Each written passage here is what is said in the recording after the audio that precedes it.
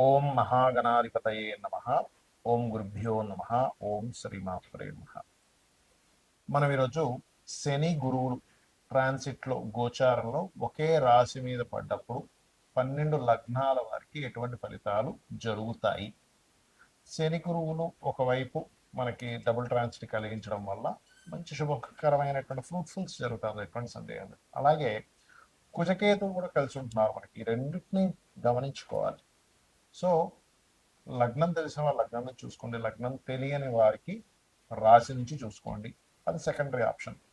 So ఈ విషయాలు చెప్తుంది నేనైనప్పటికీ కూడా చెప్పిస్తుంది సాక్షాత్ లలిత అమ్మవారిగా భావిస్తూ ఒక్కొక్క లగ్నం గురించి మనం తెలుసుకుందాం. తులాలగ్నము తులారాశి. తులవారి గనక చూసుకున్నట్లయితే ఇక్కడ మీకు డబుల్ ట్రాన్సిట్ అనేది ప్రయత్న స్థానము, సిబ్లింగ్స్, షార్ట్ జర్నీస్, ప్రదేశం మారడం మీద చూపిస్తుంది. కాబట్టి మీరు గతంలో ఏవైతే ప్రయత్నం చేశారో సంవత్సరం పాటు ఉంటుంది దాదాపు డబుల్ ట్రాన్సిట్. అందులో మొదటి 6 నెలలు ఎక్కువగా ఉంటుంది, దాని తర్వాత కొంచెం గురువు వెనక్కి వచ్చి మళ్ళీ ముందుకు వెళ్తున్నాడు, కర్కాటకంలోకి వచ్చేసి ఈ సంవత్సరం. అది కాకుండా గురువు 3 రాసులు మారుతున్నాడు, గుర్తుపెట్టుకోండి. కాబట్టి ఏంటంటే కాస్త ఎక్కువ ప్రయత్నం ఏవైతే మీరు చేస్తూ ఉంటారో ఆ ప్రయత్నాలనే సక్సెస్ అవుతాయి. కొన్ని అగ్రిమెంట్స్ కూడా మీరు కంప్లీట్ చేసుకుంటారు. గతంలో ఎప్పటి నుంచో పలానా అగ్రిమెంట్ అవ్వట్లేదు అనుకునేటువంటివి కూడా ఇక్కడ మీకు ఫలిస్తాయి. రెండవ విషయం ఏంటంటే, మూడో విషయం ఏంటంటే, ఇక్కడ ఇంటర్వ్యూస్ వెళ్ళినప్పుడు లేదా గతంలో ఏమైనా ఇద్దరి మధ్యని మిస్అండర్స్టాండింగ్ వచ్చింది, అది కొంతవరకు క్లియర్ అవ్వడానికి డబుల్ ట్రాన్సిట్ అనేది చక్కగా తోడ్పడుతుంది. అలాగే సహోదరుల సహకారం, గతంలో ఏవైతే మీరు కొన్ని అగ్రిమెంట్స్ ఇంకా క్లోజ్ అయిపోయింది అది అవ్వదు, మళ్ళీ ఎక్స్టెండ్ అవుతుందో లేదా అనుకునేటువంటి కూడా చక్కగా ఎక్స్టెండ్ అవ్వడం అనేది చాలా స్పష్టంగా గోచరిస్తున్నాయి. ఇంటర్వ్యూస్కి వెళ్ళినప్పుడు సక్సెస్ అవ్వడం ఇటువంటివన్నీ కూడా ఉన్నాయి. అదేవిధంగా ఇది 3వ స్థానం అనేది సప్తమ స్థానానికి భాగ్యస్థానం. అంటే మీ యొక్క జీవిత భాగస్వామి ఏదైనా ఒక హైయర్ ఎడ్యుకేషన్ కోసం చేసే ప్రయత్నం ఫలిస్తుంది. మీ యొక్క సంతానానికి వారు ఏదైనా వ్యాపార పరంగా చేసే ప్రయత్నం ఫలిస్తుందని చెప్పుకోవచ్చు.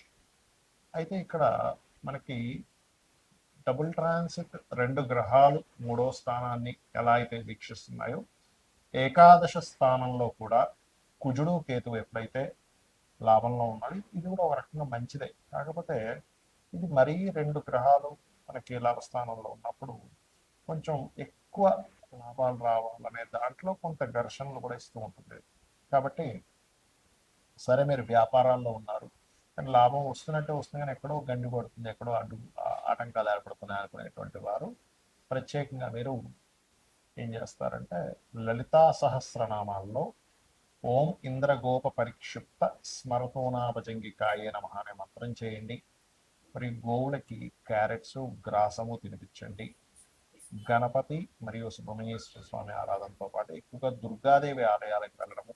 ఈ సంవత్సరం కూడా మీకు పంచమ స్థానంలో రాహు ఉన్నాడు కాబట్టి వీలైనంత మటుకు దుర్గా అష్టోత్తరం చదువుకున్నట్లయితే పంచమ రాహు వల్ల కూడా ఏవేవో ఇమాజినేషన్స్ ఏదో అయిపోతుందనేటువంటి భయం కూడా మీకు తొలగిపోతుంది.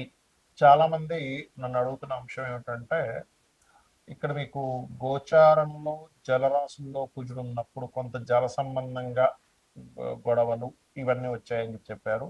కొంచెం జల సంబంధంగా ఈ నావీ వాళ్ళ మీద ట్యాక్స్ ఇవన్నీ చెప్పారు కదా. అదేవిధంగా ఎండాకాలంలో వర్షం అన్నారు, అదే రకంగా మనకు వర్షం కూడా పడింది. మరి అదే కుజుడు సింహరాశిలోకి వస్తున్నందుకు ఏమిటి అని చాలా మంది అడుగుతున్నారు. ఇక్కడ సింహరాశిలో కుజుడు వస్తూ కేతు కూడా అక్కడ ఉన్నందుకు ఈ సంవత్సరం మనకి రాజ్యాధిపతి రవి, మంత్రి రవి అవుతున్నాడు. కాబట్టి ఈ రవి రాశుల్లోకి ఎప్పుడైతే అగ్నికి సంబంధించిన గ్రహం, ఒక విస్ఫోటం జరగడానికి కారకుడైనటువంటి గ్రహం ఎప్పుడైతే వస్తున్నాడో, ఒక దేశం మీద మరొక దేశం విరుచుకుపడి పెద్ద పెద్ద బాంబులు వేయడం కూడా జరుగుతుంది. అది ఇండియా పాకిస్తాన్ అవ్వాల్సిన అవసరం లేదు, ఉక్రెయిన్ రష్యా కూడా అవ్వచ్చు, లేకపోతే అమెరికా ఇంకో దేశం కూడా కావచ్చు, ఏదైనా ఒక దేశం కావచ్చు. ఆ దేశం మీద పెద్ద స్థాయిలో ఎక్కువ ఉష్ణాన్ని కలిగించేటువంటిది వేయడం జరుగుతుంది.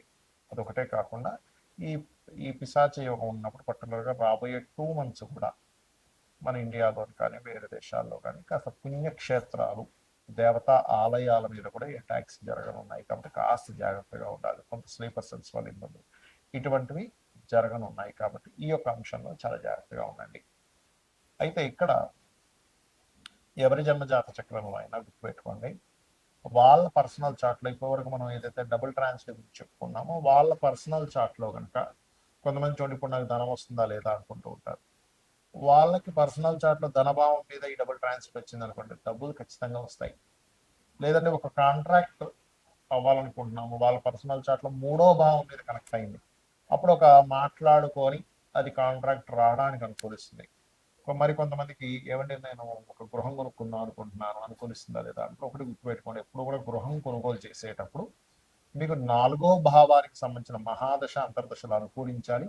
ఈ డబుల్ ట్రాన్సిట్ 4వ భావంలోకి రావాలి. దాంతోపాటు మీరు ఏదైతే గృహం కానీ స్థలం కానీ కొనుగోలు చేసేటప్పుడు ఆ దిశ అంటే ఒక్కొక్క పేరు గల వాళ్ళకి ఒక్కొక్క దిశ మనకి వస్తుందని చెప్పారు శాస్త్రంలో. ఎక్కడా కూడా తూర్పు ఉత్తరం మాత్రమే మంచివి, దక్షిణం పడమర మంచిది కాదని ఎక్కడా చెప్పలేదు.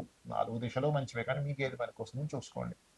మనకి వీడియోలు కూడా పెట్టాము, ఏ పేరు గల వాళ్ళకి ఏ డైరెక్షన్ కలిసి వస్తుంది అనేది, దాని పరంగా మీరు చూసుకోవచ్చు.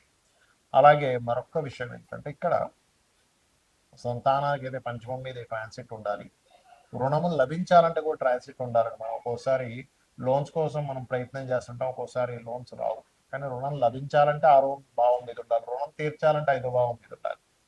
అయితే ఇక్కడ మనము ట్రాన్సిట్ రావడం ఒక ఎత్తు అయితే, కొన్ని పనులు అవ్వడానికి లలితాంబిక అమ్మవారి యొక్క అనుగ్రహం కలిగితే కూడా పనులు అయిపోతాయి. అవి ఎలాగా అంటే, ఇప్పుడు ఫైనాన్షియల్గా ఇబ్బంది పడుతున్నారు, ఓం సంపత్కరి సమారూఢ సింధుర వ్రజ సేవితాయ నమః చేసుకోండి. లేదంటే ఉద్యోగం రావట్లేదండి, చాలా ఇబ్బంది పడుతున్నారు అనుకునేటువంటి వారు ఓం శ్రీమాత శ్రీ మహారాజ్ని శ్రీమత్ సింహాసనేశ్వరి నమః అని చేసుకోవచ్చు. లేదా ఓం మాణిక్య మకుటాకార జానుద్వయ విరాజితాయ నమః అని చేసుకోవచ్చు. మరి కొంతమందికి సంతానం ఉండదు, అలాంటి వారు దత్తాత్రేయుడిది దిగంబర శ్రీ పాదవల్లభ దిగంబర అనే మంత్రం చేసుకోండి.